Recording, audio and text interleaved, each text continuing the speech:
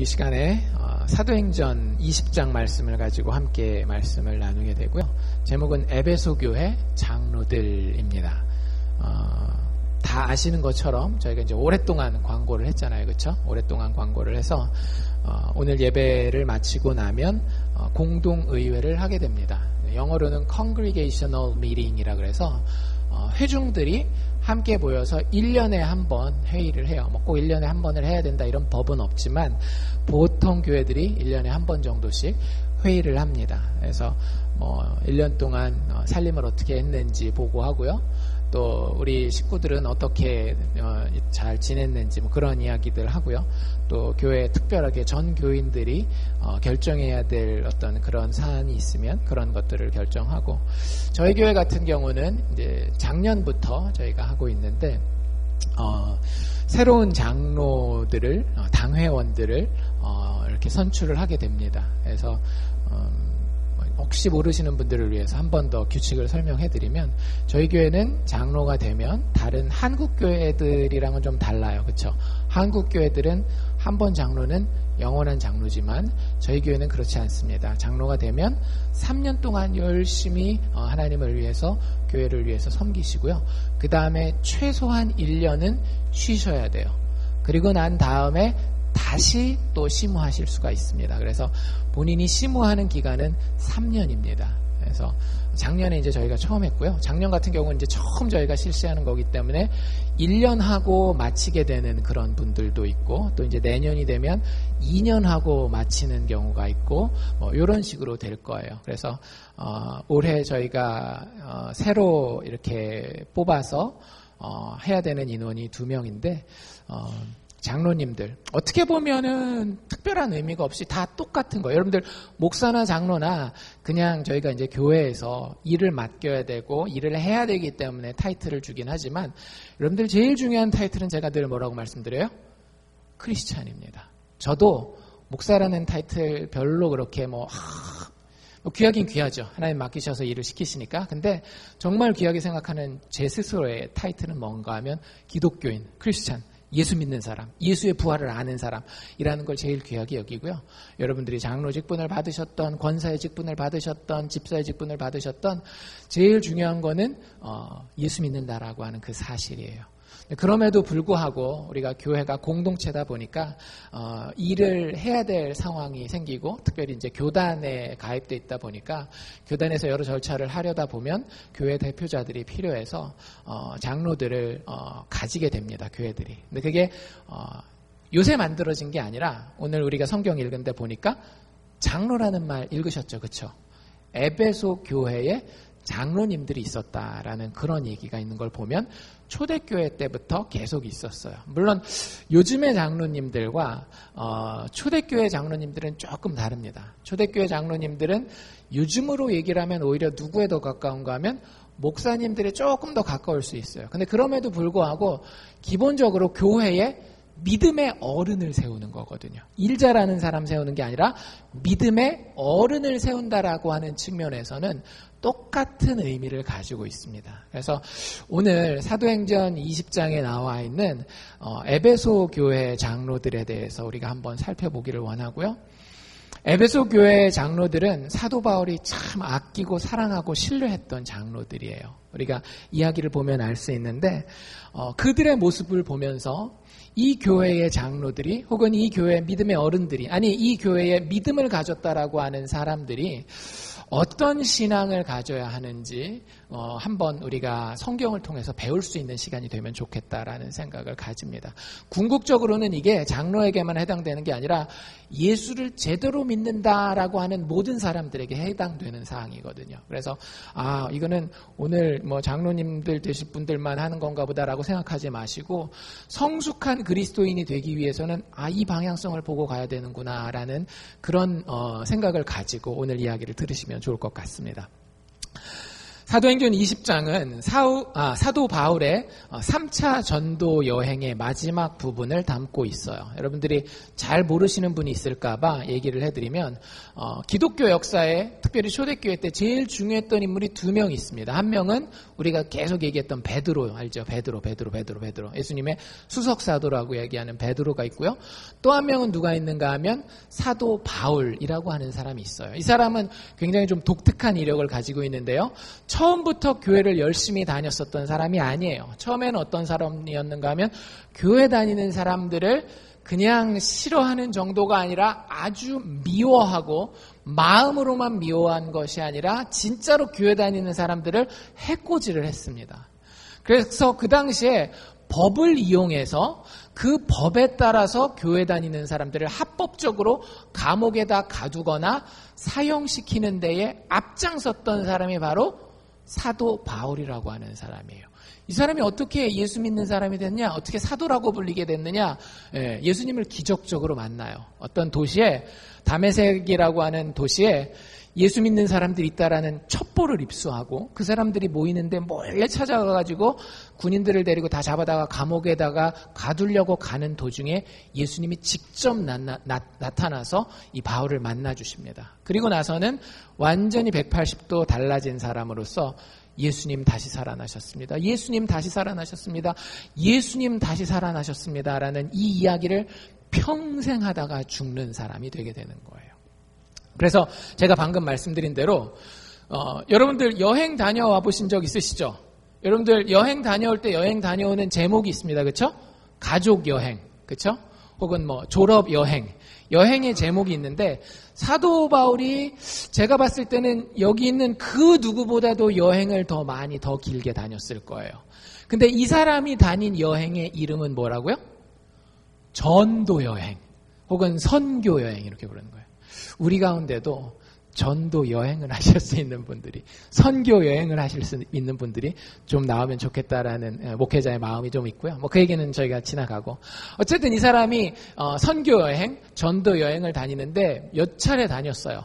최소 3차에 걸쳐서 전도하기 위해서 다니는데, 여러분들 이제 우리가 전도하면은 동네 아는 사람들한테 이렇게 예수 믿으십시오, 교회 갑시다 이런 얘기하는 걸 전도라고 생각하는데, 이 사도 바울이 전도 여행을 간다 하면 기본적으로 만약에 미국에 있다라 그러면 기본적으로 작게 가도 멕시코 찍고 뭐 이런 남미 몇 나라 찍고 이렇게 돌아오는 게 기본적인 이 사도 바울의 전도 여행 코스였어요. 그래서 사도 바울이 살던 나라는 이스라엘이잖아요. 그 이스라엘에서 이스라엘 그 북쪽으로 올라가면 지금의 터키라든지 이런 데 보통 다니고, 멀리 가면 유럽 대륙까지, 그리스, 마게도니아 이런 데까지 다니면서 전도를 하면서 다니는데, 3차 전도 여행 때에 이제 사도 바울이 3차 전도 여행이 끝날 때에 성령께서 이 마음에 강하게 감동하시는 걸 느껴요. 여러분들 이거 꼭 기억하십시오. 예수 믿는 사람과 예수 안 믿는 사람의 특징은 뭐냐 하면 성령이 그 마음에 있느냐 없느냐의 차이예요. 제가 사실 요번 주에 사도행전을 이렇게 보면서 굉장히 다시 한번 이렇게 제 마음 가운데 다시 한번 깨달은 게 있는데, 그게 뭐냐 하면 제가 지지난주에 우리 부활에 대한 이야기 했죠. 그쵸? 그래서 이제 그 설교를 들으신 분들이 예수님이 죽고 다시 살아나셨다라는 게 사실일 수도 있겠구나 정도는 아마 생각을 하실 거예요. 근데 진짜 예수님 믿는 사람은요, 마음 가운데에, 머리 가운데에 정보가 있는 사람이 아니라 마음 가운데에 성령 하나님의 감동이 진짜 있는 사람입니다. 교회에 오면, 오래 교회 다니면 그 옛날식으로 얘기하면 짬밥이 들잖아요. 짬밥이 들면 지식은 다 있게 돼요. 최소한 예수가 이 땅에 오셨는데 하나님이고 죽으시고 다시 살아나셨다, 그럴 수 있지, 뭐 이런 정도까지 지식은 다 가지게 되거든요. 근데 사도행전을 여러분들 한번 쭉 보십시오. 진짜 예수 믿는 사람은 뭐라고 표현하는가 하면 성령을 받은 사람이라고 얘기를 해요. 그런데 그 성령을 받은 사람의 특징은 뭐냐면 그 부활한 예수님과 마음으로 대화를 나누는 사람이더라고요. 근데 사도 바울이 그 성령과 대화를 나누는 가운데에 아주 강력한 인도하심을 받아요. 지금 이제 선교 여행을 거의 다 마쳤거든요. 유럽 대륙이랑 이런 데서, 그리스 있는 데서 선교 여행을 거의 마치고 자기 모교회가 어디였는가 하면 안디옥 교회였어요. 보통 이제 교회들이 선교사를 파송하면 그 파송하는 교회를 모교회라고 얘기를 하는데, 안디옥 교회로 돌아가야 되는데 성령께서 뭐라고 감동하시는가 하면 안디옥 교회로 돌아가지 말고 예루살렘으로 가라고 얘기를 합니다. 그래서 자기가 성령의 감동을 받은 걸 자기 그 선교지의 교회들에 있는 성도들에게 나눠요. 내가 이제 안디옥으로 가지 말고 예루살렘으로 가야 되겠다라고 이야기를 나눌 때 다른 분들이 성령의 감동을 받아요. 기도를 하다가 마음에 아주 강한 하나님의 감동을 받는데, 어떤 감동을 받는가 하면 바울 목사님이라고 합시다. 바울 목사님, 지금 예루살렘 가시면 안 됩니다. 그러는 거예요. 똑같은 성령의 감동인데, 바울 목사님 지금 예루살렘에 가시면 제가 환상을 봤는데, 목사님 결박이라 그러죠. 조금 어려운 말로 수갑 차게 될 거예요. 굉장히 많은 어려움을 당하고 어쩌면 죽을런지도 모릅니다. 이런 기도를 한 이야기들을 사도 바울에게 계속 얘기를 하는 겁니다. 그런데 사도 바울 마음 가운데 이 주시는 성령의 이 강권하심이 너무 강한 거예요. 그래, 네가 결박 당할 수도 있고 네가 어려움을 당할 수도 있고 죽을 수도 있는데 그래도 예루살렘은 가야 된다 말아야 된다?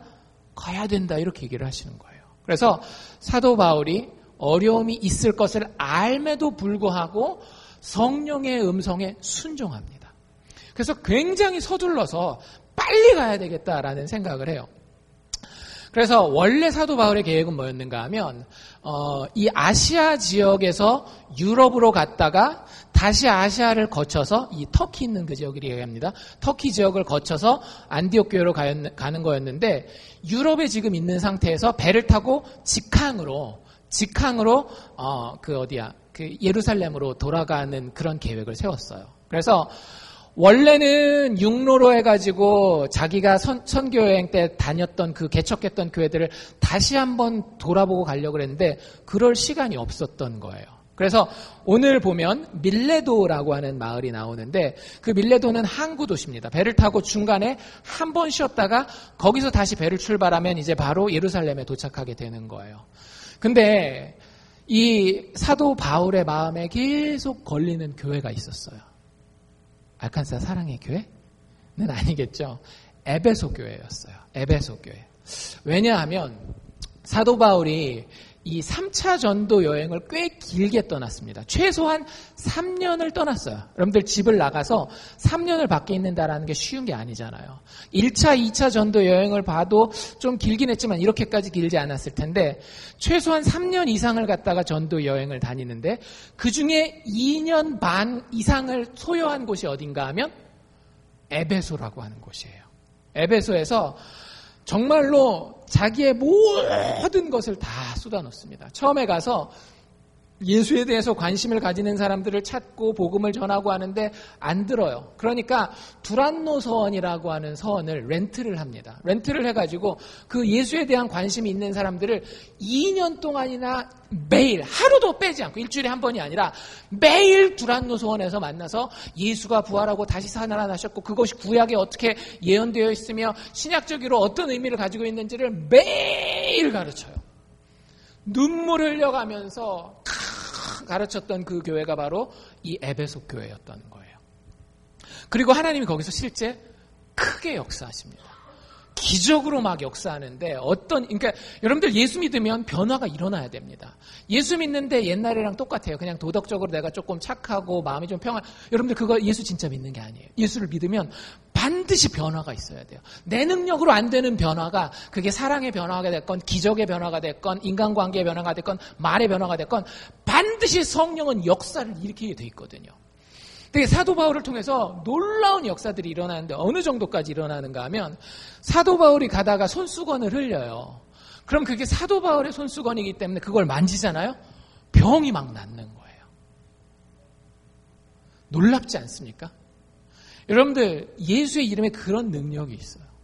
예수의 이름에 그런 능력이 있어요. 그러니까 그렇게 2년 3년을 갔다가 같이 뒹굴고 애쓰고 울면서 막 미운정 고운정 다 들었던 그 교회를 마지막에 이제 예루살렘에 들어가면 자기는 죽을지도 모르는데 한 번 더 보고 싶었던 거예요. 한 번. 근데 안타깝게도 비행기가 리를락에 안 거치고 보통 뉴욕에 가려면은 LA나 달라스에 쓰잖아요. 달라스에 딱 쓴 거예요. 그러니까 달라스에 쓰면서 전화를 한 겁니다. 물론 그 당시에 전화가 없으니까 사람을 보냈다고 얘기 나오는데 이 알칸사 리를락에 있는 교회 장로님들 좀 달라스로 빨리 좀 오라고. 내가 이제 죽을 날이 얼마 안 남은 것 같은데 마지막으로 할 얘기가 있으니까 설교 내가 준비한 게 하나 있는데 그거 들으러 오라고 그 장로님들을 이 밀레도라고 하는 곳에 부릅니다. 지금 거리로 따지면 한 45마일인데 뭐 우리야 45마일이면 운전해서 1시간도 안 되는 거리지만 그 당시의 거리 만약에 이 사람들이 가난한 사람이고 걸어서 가야 된다라고 하면 최소한 20시간을 걸어야 되는 거리거든요. 그러니까 뭐 마차 타고 뭐 타고 와도 뭐 한국에서 서울 부산 이상 가야 되는 그 정도 시간이 필요한 거리예요. 그러니까 그 거리에 이 에베소 교회 장로들을 부릅니다. 그리고 나서 마지막으로 이 장로들을 만나고 난 다음에 사도 바울이 유언과도 같은 목회적인 부탁을 하는 것이 오늘 우리가 읽은 사도행전 20장의 이야기예요. 사도 바울의 설교입니다. 쉽게 얘기하자면. 그래서 사도 바울이 처음에 하는 얘기는 뭐냐면 우리 옛날 기억나지? 여러분들도 예전에 다녔던 교회, 한국에서 오래 다녔던 교회, 추억이 있는 교회들, 아니면 뭐 미국에서 다른 교회를 다녔는데 그 교회 오래된 교회들 추억들이 있을 거 아니에요. 만나면 그런 사람들 만나면 어때요? 하고 싶은 얘기 많잖아요. 뭐 꼭 교회 얘기 아니라도 옛날 학교 친구들, 뭐 학교 동창들, 초등학교 동창들 이렇게 만나면 하고 싶은 얘기가 많을 거 아니에요. 그 옛날 얘기를 사도 바울이 먼저 꺼냅니다. 근데 사도 바울이 내가 어떻게 목회했었는지 한 3가지 정도로 이야기를 하고 있는데 여러분들 한번 들어보십시오. 너희들 우리 그때 좋았던 거, 안 좋았던 거, 울었던 거, 웃었던 거 다 기억나지 하면서 그 목회가 어떤 목회였는지 이렇게 소개하고 있어요. 첫 번째로 사도 바울이 얘기한 자기의 목회는 에베소 성도들과 했던 그 목회는 어떤 목회였는가 하면 주님을 섬긴 목회였다라고 하는 거예요. 19절 다시 한번 읽어봅시다. 이렇게 가죠. 곧 모든 겸손과 눈물이며 유대인의 관계를 인하여 당한 시험을 참고 누구를 섬긴 거? 주님을 섬긴 거. 여러분들 한 목회자가 제대로 목회를 한다. 한 교회의 영적 어른이 교회를 제대로 섬긴다 하면 그건 누구를 섬기는 거여야 되는가 하면 주님을 섬겨야 되는 거예요. 목회자가 돈을 섬긴다. 일단 모양이 굉장히 추하겠죠. 그렇죠?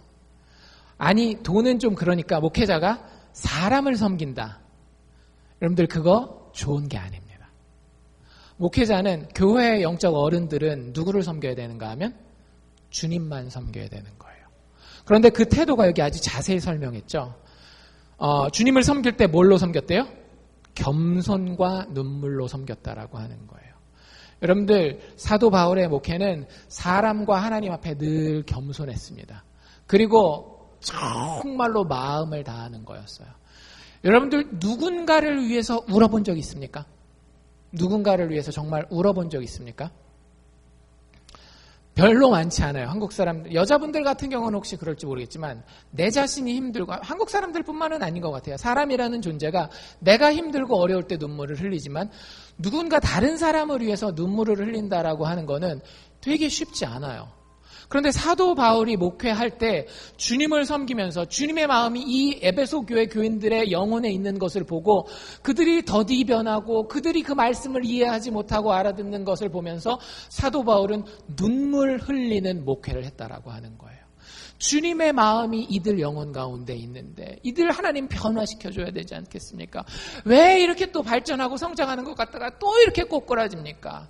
그것을 위해서 본인들만 눈물 흘린 것이 아니라 사도 바울이 같이 눈물 흘렸다라고요.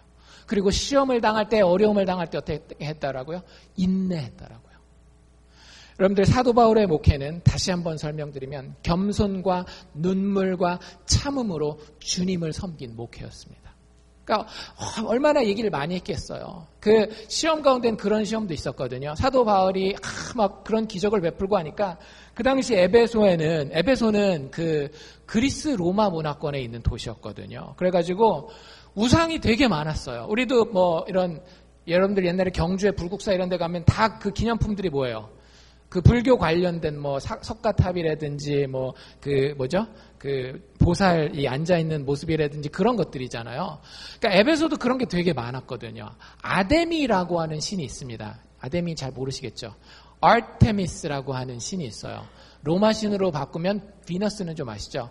이 신이 그 도시의 주신이었어요. 그러니까 그 신상을 만들어가지고 은으로 만들어가지고 파는 사람들이 사도 바울을 아주 싫어했습니다.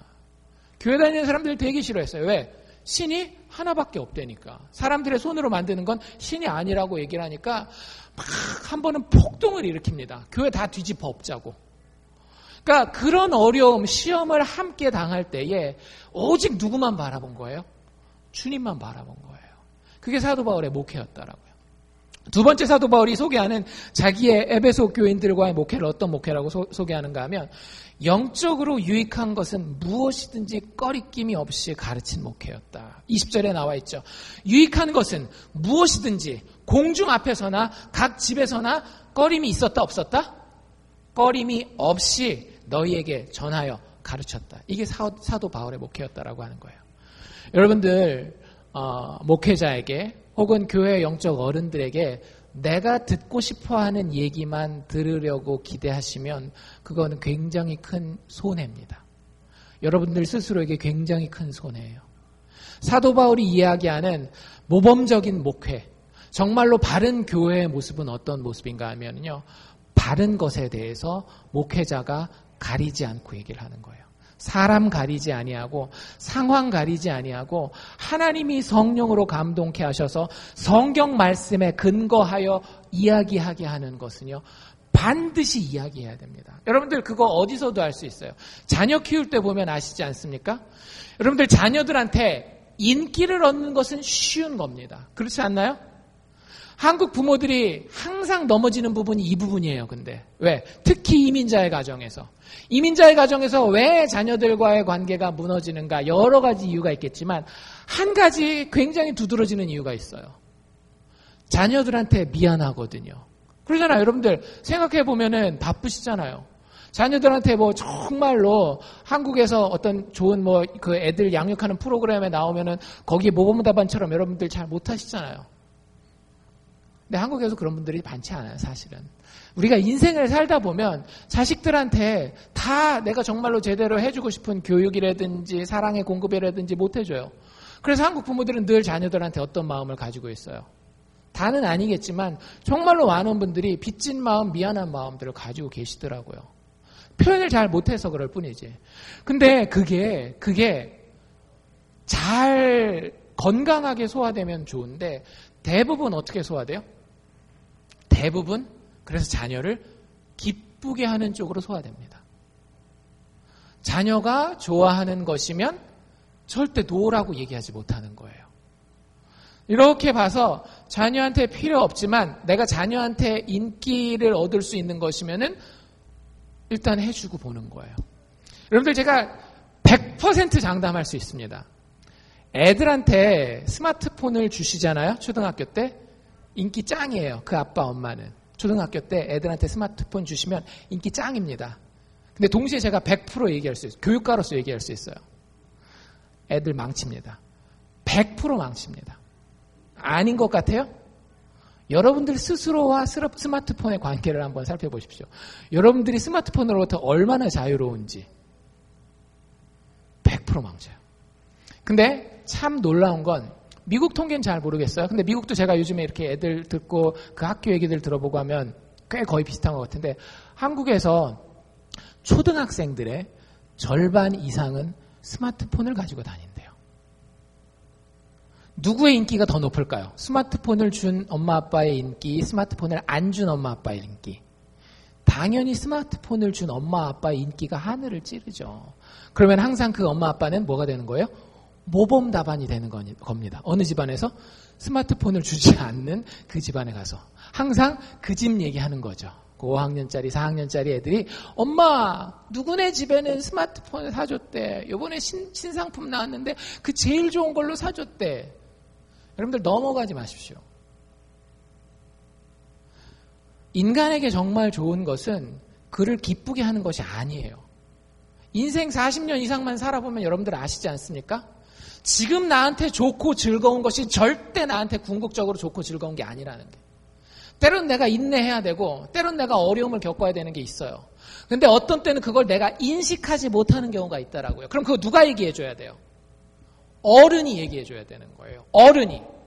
사도 바울이 에베소 교회에서 2년, 3년 동안 목회하면서 운 이유가 있어요. 엉엉 운 이유가. 여러분들 자식 때문에 울어보신 분 계세요? 자식이 아프고 불편해서만 운 게 아니라 자식이 정말로 바른 길로 가야 되는데 내가 그 바른 길에 대해서 이야기하는데도 듣지 못하는 자녀가 있을 때 진짜 눈물 나지 않습니까? 가슴으로 피눈물 나지 않아요? 그게 사도 바울이 흘렸던 눈물이라고 하는 거예요. 그리고 사도 바울은 그 이야기를 하는 데 있어서 꺼림이 없었다라고 얘기를 하는 겁니다. 여러분들 정말로 영적으로 철든 분들이라고 한다면 좋은 얘기, 내 귀에 가려운 부분을 긁어주는 얘기만 들으려고 하지 마세요. 사도 바울이 이야기하는 본인이 대놓고 자랑할 수 있는 목회의 방침은 바른 것이라고 한다면, 영적으로 유익한 것이라고 한다면 무엇이든지 전하고 가르치는 그 목회가 진짜 바른 목회였다라고 사도 바울은 이야기하고 있는 겁니다. 근데 여러분들 마음과 마음은 통합니다. 여러분들이 자녀를 키울 때 그렇게 한번 키워보세요. 그건 진짜 내가 세상에 나가서 내 자식들 때문에 쪽팔리지 않기 위해서 키우는 그런 거 말고 자식을 정말 사랑하고 그 자식의 미래에 대한 확신이 있기 때문에 그것을 위해서 내가 지금 당장 인기 가지지 못한다 할지라도 자식 사랑하고 아끼는 마음으로 그렇게 하잖아요. 시간이 지나고 아이들이 철이 들면 알아볼까요? 못 알아볼까요? 알아봐요. 그게 사도 바울이 가지고 있었던 확신이었습니다. 내가 이 사람들한테 인기 얻지 못하여도 바른 것을 말하고 하나님 앞에 바로 서기만 하면 하나님께서 이들을 살리실 것이라. 내가 이들 앞에 아무리 낮아지고 이 사람들에게는 발톱의 때 같은 존재가 되어도 하나님께서 이 에베소 교회 성도들 높이시면 난 그거로 만족한다. 그게 사도 바울이 했던 목회였던 겁니다. 세 번째는 그 내용이 중요한 거예요. 그냥 인간적인 마음으로 이 사람들 잘 되겠어 그게 아니라 분명한 내용이 있었는데 21절에 보면 이렇게 얘기합니다. 이 사람들한테 뭘 가르쳤는가 하면 하나님께 대한 회개와 우리 주 예수 그리스도에 대한 믿음을 증거하였다 이런 얘기를 합니다.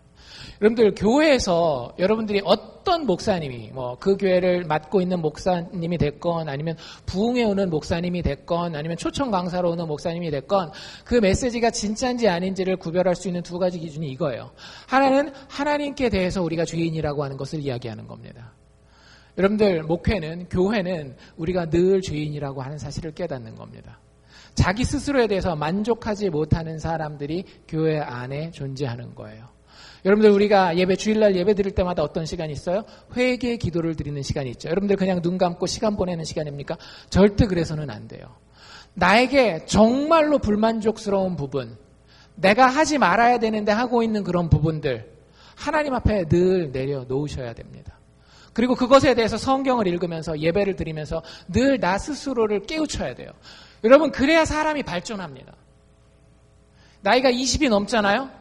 나이가 20이 넘으면 남한테 얘기 듣기 싫어요. 완벽하기 때문에? 아니요. 더 이상 그런 얘기 듣는 게 싫기 때문에.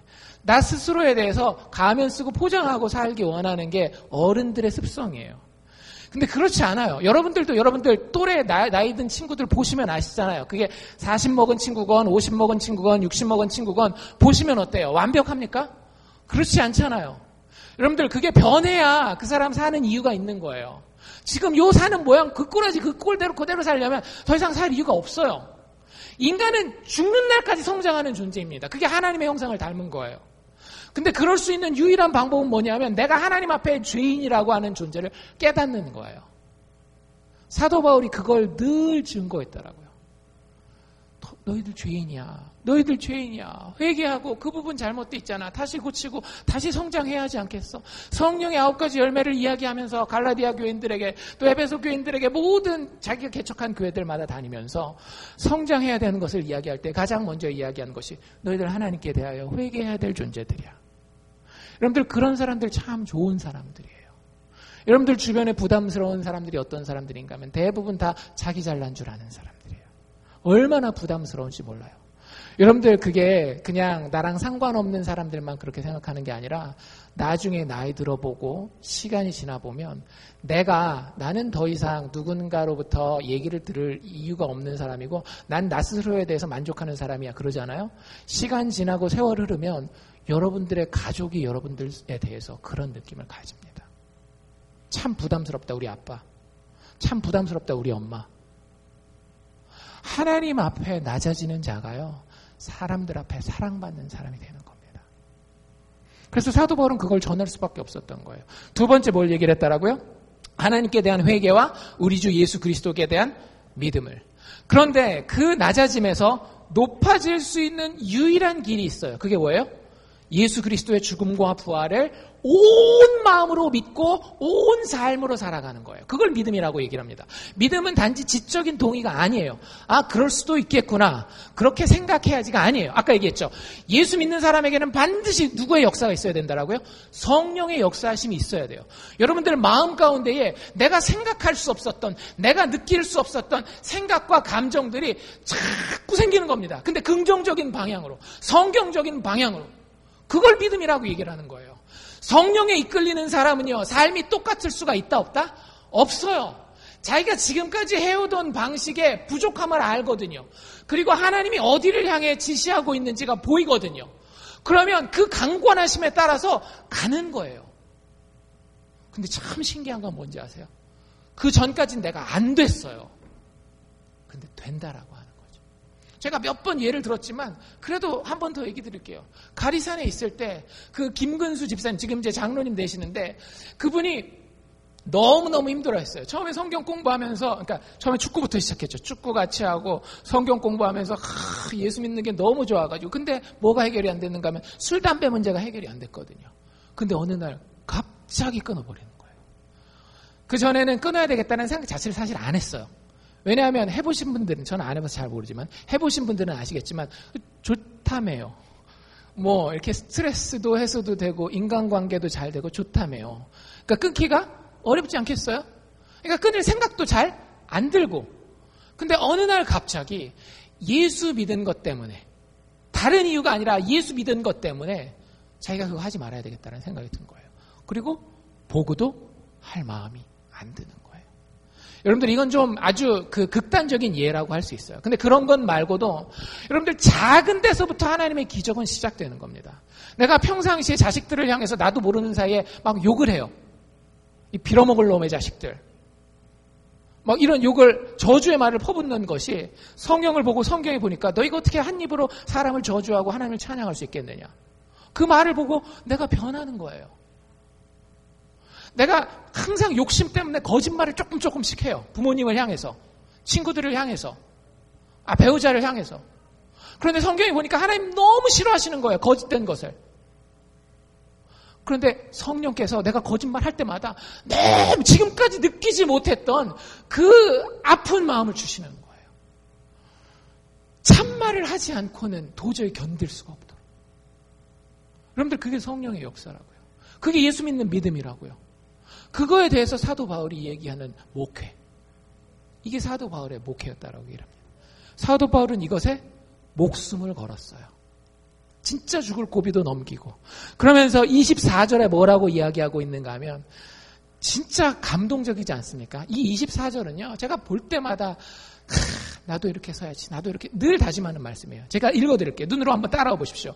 나의 달려갈 길과 주 예수께 받은 사명 곧 하나님의 은혜의 복음 증거하는 일을 마치려 하면은 나의 생명을 조금도 귀한 것으로 여기지 아니하노라. 목숨 걸고 목회한 거예요. 목숨 걸고 이 믿음의 공동체의 어른 역할을 한 겁니다. 사도 바울이 그 얘기를 지금 에베소 교회 장로들 달라스에서 다 불러다가 여기다 앉혀놓고 밤새 이야기하는 거예요. 물어봅시다. 사도 바울이 왜 이렇게 이 옛날 얘기를 할까요? 옛날 얘기를. 그냥 추억을 회상하기 위해서 우리 그때 그랬지. 옛날 얘기하니까 좋다. 나이 들었나 보다. 뭐 이런 얘기 하려고요? 아니에요. 여러분들 사도 바울이 자기가 에베소 교회에서 목회했었던 얘기를 하는 이유가 있습니다. 왜냐하면 이제 더 이상 사도 바울은 에베소 교회에 갈 수 없기 때문에. 사도 바울은 더 이상 이 에베소 교회를 목회할 수 없는 사람이에요. 그러면 누가 그 교회의 영적 어른이 되어야 되는 거예요? 이 에베소 교회 장로들이 그 교회의 영적 어른이 되어야 되는 거예요. 사도 바울이 자기 목회했던 이야기를 하는 이유가 옛날이 좋았지 그 얘기를 하려는 게 아니에요. 내가 그렇게 잘했잖아 자기 자랑하려는 게 아니에요. 사도 바울이 그 옛날에 같이 교회 목회하고 신앙생활 했었던 이야기를 하는 이유는 단 한 가지입니다. 내가 더 이상은 못 가. 그러니 너희들이 이렇게 목회해. 너희들이 이렇게 교회를 돌봐. 너희들이 이렇게 교회의 어른이 되어 주었으면 좋겠어.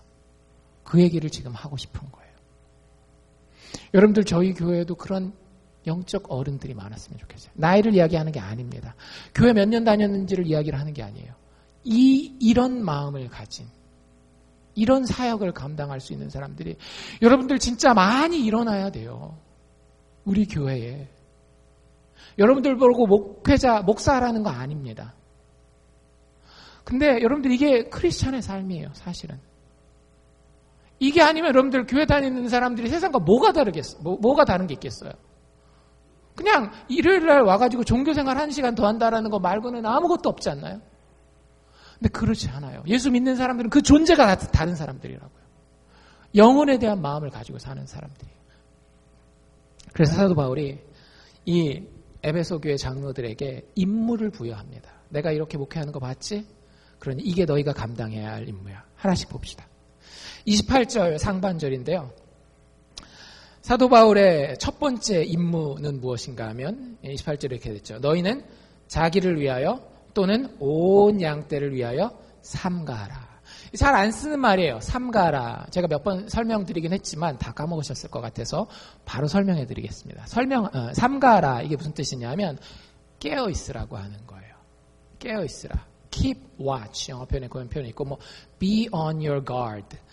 딱 깨어 있으라고 하는 거예요. 당연히 정신 차리고 깨어 있어야죠. 여러분들 우리가 공부만 하려고 해도 사업을 하려고만 해도 깨어 있어야 되잖아요. 세태가 어떻게 흘러가는지 그런 걸 파악해야 내가 내 일에 충성할 수 있는데 여기서 이야기하는 깨어 있는 것은 무엇인가 하면 부활의 능력 가운데 깨어 있으라고 얘기를 하는 겁니다.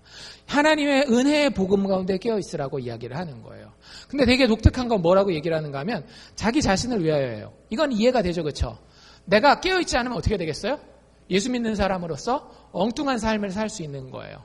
하나님의 축복이 아니라 오히려 세상의 저주 가운데 빠질 수 있는 그런 삶을 살 수 있기 때문에 깨어있으라라고 자기 자신을 위하여 깨어있으라라고 이야기하는 건 이해가 됩니다. 근데 그 뒤에 뭐라고 얘기를 하고 있더라고요? 자기 자신을 위하여 뿐만 아니라 온 양떼를 위해서 깨어있으라고 하는 거예요. 교회에서의 영적 어른의 의미가 바로 이것입니다. 제가 어떤 교회들은 가면 굉장히 실망하고 오는 교회가 있어요. 진짜 실망하고 오는 교회가 있습니다. 어떤 교회들일까요? 가서 듣고 온 이야기가 다 세상적인 이야기예요. 교회를 제가 분명히 갔다 왔는데 교회 다니는 사람들을 만나고 왔는데 순 부동산 얘기, 돈 얘기, 자식 교육 얘기 그거 말고는 듣고 오는 게 없는 거예요. 근데 여러분들 그거 아세요? 그런 사람들이 꼭 나빠서가 아니라 자기도 모르는 사이에 서로 간에 영향력을 미치더라고요. 참 신기한 거는요. 이 진짜 하나님에 대해서 이야기하는 그런 교회와 교회지만 세상 이야기하는 교회 이 두 교회가 있으면 그 중간 어디도 좀 있어야 되잖아요. 제 경험상 보잖아요. 중간이 거의 없어요. 어떤 교회를 가면 정말 충만해요. 하나님에 대한 이야기가 막 나옵니다. 무슨 이야기를 해도 자식에 대한 이야기를 해도 부동산 이야기를 해도 이게 하나님과 관련된 이야기로 나와요. 근데 어떤 교회를 가면 모든 얘기에 하나님의 하자도 안 들어가요. 예수님의 예자도 안 들어가요. 참 신기하지 않나요? 근데 그게 심리학에도 그렇게 나오거든요. 사람들이 옛날식으로 표현하면 군중심리라고 이야기를 하고요. 요즘식으로 뭐라고 얘기하는지 제가 까먹었는데 어쨌든 어떤 한 흐름이 있잖아요. 그러면 그 흐름에서 그 영향력에서 벗어나지를 못해요. 페이스북 해보시는 분들은 알 거예요. 페이스북을 하면 정치 얘기를 한번 해봅시다. 좌측이 되기가 쉬울까요? 우측이 되기가 쉬울까요? 많은 사람들은 이렇게 생각합니다. 페이스북, 이거 인터넷 매체고 젊은 사람들이 많이 하니까 좌측이 되기 쉽겠지. 아니에요. 페이스북을 하잖아요. 대부분의 자기 친구들은 자기랑 비슷한 사람들이 많이 져줍니다.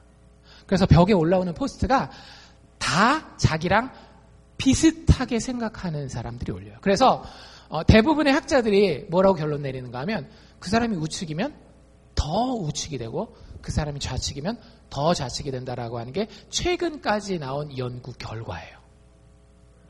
여러분들 제가 말씀드리려고 하는 건 뭐냐면 그만큼 주변의 영향력이 중요하다라고 하는 거죠.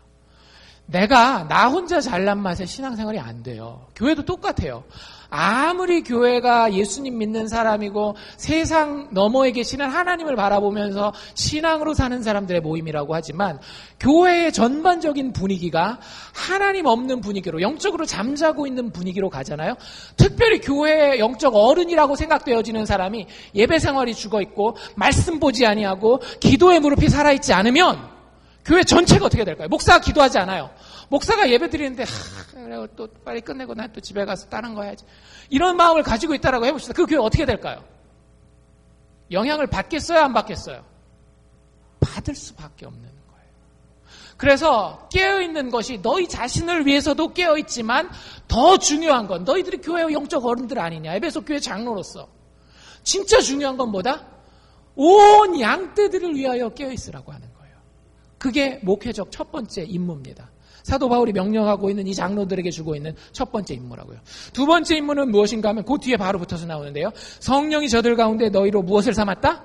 감독자를 삼았다. 그리고 하나님이 자기 피로 사신 교회. 그냥 교회가 아니에요. 하나님이 자기의 피를 뚝뚝 흘려서 사신 이 교회. 그 하나님이 귀하게 여기는 그 교회. 피값 주고 사신 그 교회를 어떻게 하게 하셨다? 치게 하셨다. 목자 삼으셨다라고 하는 거예요. 교회 영적 어른들이 바로 이런 존재들이라고 하는 걸 기억하라고 하는 겁니다. 여러분들 교회 무슨 직분을 받으셨습니까? 무슨 부장, 무슨 타이틀 이렇게 받으셨어요? 그러면 내가 좀 째고 다녀야지. 절대 안 돼요. 한국 교회뿐만이 아니에요. 많은 교회들에서 직분을 받은 타이틀을 받은 사람들 때문에 교회들이 그렇게 아파하고 어려워해요. 왜 그럴까요? 그 타이틀 자랑하는 것 때문에. 그게 아니에요. 예수님이 선한 목자에 대한 이야기를 하십니다. 선한 목자는 어떤 목자를 선한 목자라 그래요? 양떼를 위해서 자기 목숨을 버릴 줄 아는 자를 선한 목자라고 이야기한다라고 얘기를 해요. 여기서 감독이라고 하는 것도 한국식 감독을 생각하시고 야, 너 저기 굴러, 저기 가봐 이런 감독을 얘기를 하는 게 아니라 영어 표현에 oversee라고 하는 표현이 있어요. 이렇게 둘러보는 거예요.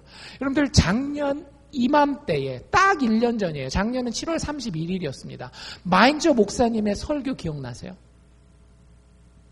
아무도 생각하시는 않으시나요? 마인저 목사님이 우리 장로 뽑는 거 알고 그거에 대한 설교를 하셨어요. 그때 하신 이야기가 뭐예요? 장로는 모든 사람 뒤에 서서 그 사람들이 다 갈 수 있도록 뒤에서 밀어주고 챙겨주고 넘어지는 사람 있으면 같이 일으켜주고 장로는 자기가 독수리가 돼서 날아가는 사람이 아니라 다른 사람들이 독수리가 돼서 날아갈 수 있도록 그 사람을 치료해주고 도와주고 키워주는 사람이 장로라고 얘기하고 가셨어요. 여러분들 교회 어른들은 그런 사람들이어야 됩니다.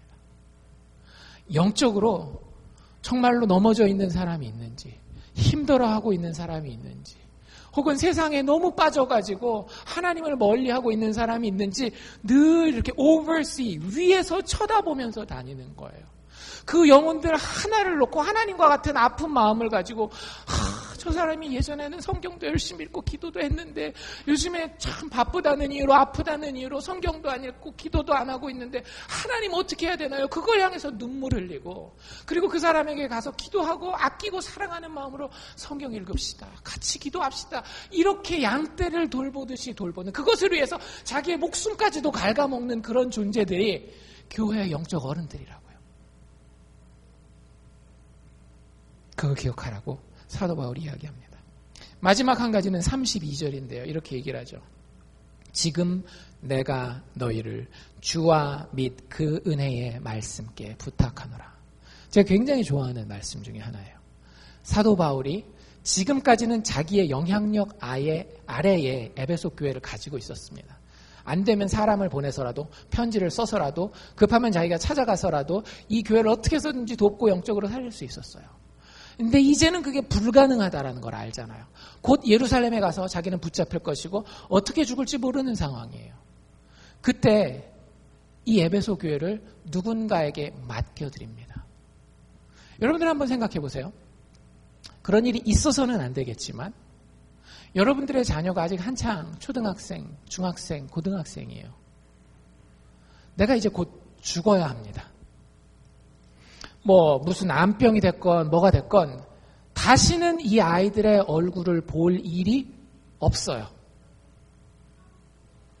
여러분들 누구에게 여러분들의 자녀를 맡기시겠습니까? 누구한테 맡기실래요? 옆집 아저씨 아줌마?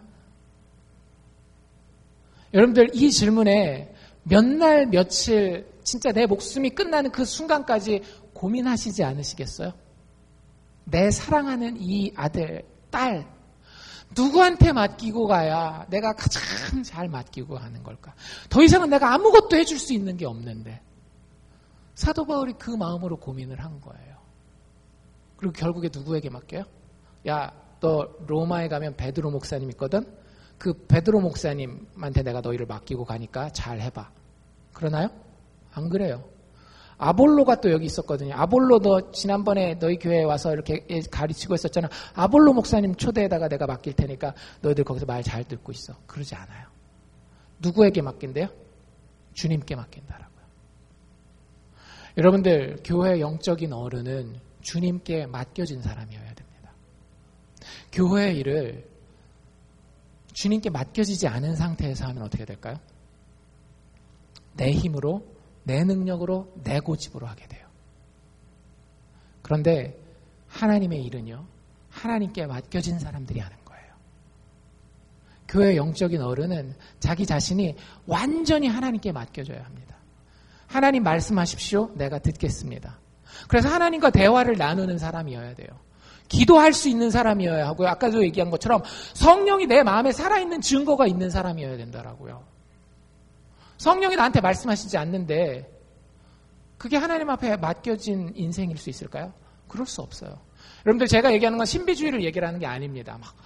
기도하는 중에 음성이 들어요. 이런 거 얘기를 하는 게 아니에요. 여러분들 분명히 성령께서 그 이상으로 역사하셔요. 우리의 마음 가운데에. 그것 가지고 주님 앞에 어떻게 해서든지 맡겨지기 위해서 애쓰는 그 사람. 너희들 되기를 원한다. 그리고 주님께 맡겨진다라고 하는 걸 아주 구체적으로 그 뒤에 뭐라고 표현하고 있는가 하면 그의 은혜의 말씀께 맡겨지기를 부탁한다라고 이야기를 하고 있어요. 교회 어른은 하나님의 은혜의 말씀, 즉 성경에 맡겨진 자들이어야 합니다. 말씀 보셔야 합니다. 말씀 사랑하셔야 합니다. 그리고 그 말씀을 마음에 품고 내 삶을 변화시켜야 합니다. 그런 사람들이 교회의 영적 어른이 돼야 되는 거예요. 내 고집대로, 내 경험대로, 내가 원하는 나의 인간적인 지혜대로 세상이 말해주는 세상의 지혜대로가 아니라 주님께 내가 맡겨지고 주의 은혜의 말씀에 내가 맡겨져서 거기에 드러난 예수 그리스도의 십자가의 모습을 보고 그 십자가에 드러난 하나님의 사랑을 알고 거기에서 죽으신 예수님의 희생과 그 무덤을 박차고 일어난 부활의 능력을 알기 때문에 그것 가지고 하나님 앞에 내 인생을 맡겨서 나도 그렇게 사랑할 수 있기를 원합니다. 나도 그렇게 희생할 수 있기를 원합니다. 나도 그렇게 능력 있기를 원합니다. 성령께서 내 삶을 변화시켜 주시옵소서. 그리고 그거 체험하면서 살 수 있는 사람들이 교회 어른이 되어야 된다라고 사도 바울이 이 에베소 교회 장로들에게 임무를 주고 있는 겁니다. 온 양떼를 위하여 너희 스스로를 삼가하고 주님이 너희를 감독자 삼고 맡기신 교회를 치고 너희 스스로 너희를 이끌고 가지 말고 너희 스스로 교회를 이끌고 가지 말고 너희 스스로를 오히려 주와 및 그 은혜의 말씀에 맡겨라.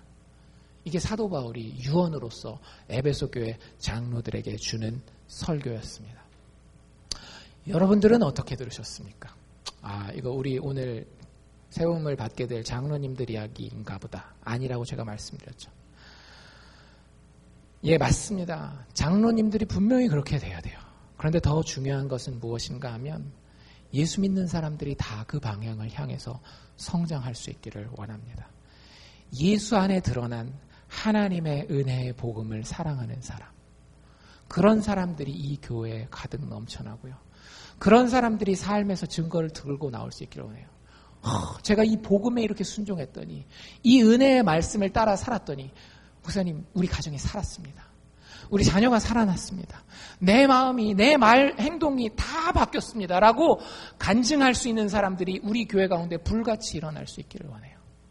저희 교회 간증하려고 대기하고 있는 분들은 있습니다.